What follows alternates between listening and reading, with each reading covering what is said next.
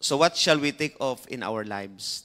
Take off toxic behavior attitude. We need to let go of bitterness, anger, and toxic attitudes that destroy relationship and hinder spiritual growth in our God. It should be our constant prayer na dapat hawakan ng Lord ang puso natin, no? Isipan natin, our entire being, to Him to transform us into His likeness. Hindi naman instant agad, liat-liat, no? Kapag may mga bagay na nais mong isurrender, iluhod mo yan sa Panginoon. Sabi, we will change glory to glory. Amen. Kaya, kung tayo lamang po ay unwilling, tayo ay magbabago. Take off ungratefulness. Amen. Yung dapat, ang gratefulness natin, dapat alisin ho natin. We need to live a life with gratefulness. Tayo po ay mamuhay ng mayroong pasasalamat palagi. Because heart is of gratitude opens doors to blessing.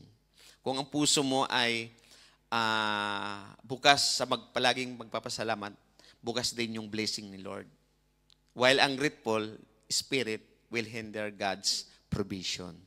Tatandaan po natin yan. And it also blends us to God's goodness. No? Hindi natin makikita yung kabutihan ng Lord kung hindi tayo marunong mag-appreciate ng mabubuting bagay na ipinagkaloob ng Lord sa buhay ng bawat isa sa atin.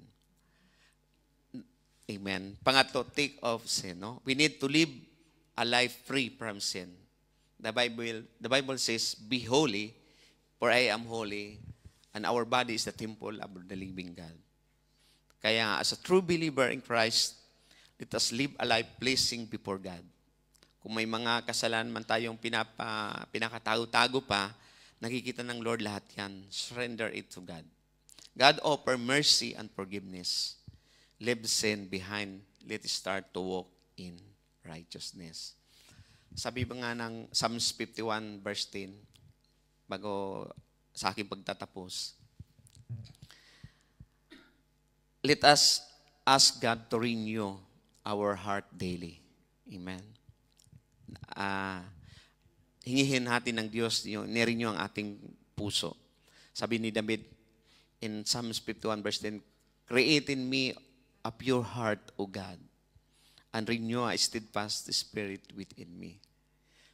Sa Tagalog po, ilikha niyo ako ng busilak na puso, O Diyos, at bigyan ako ng bagong espiritu na matapat.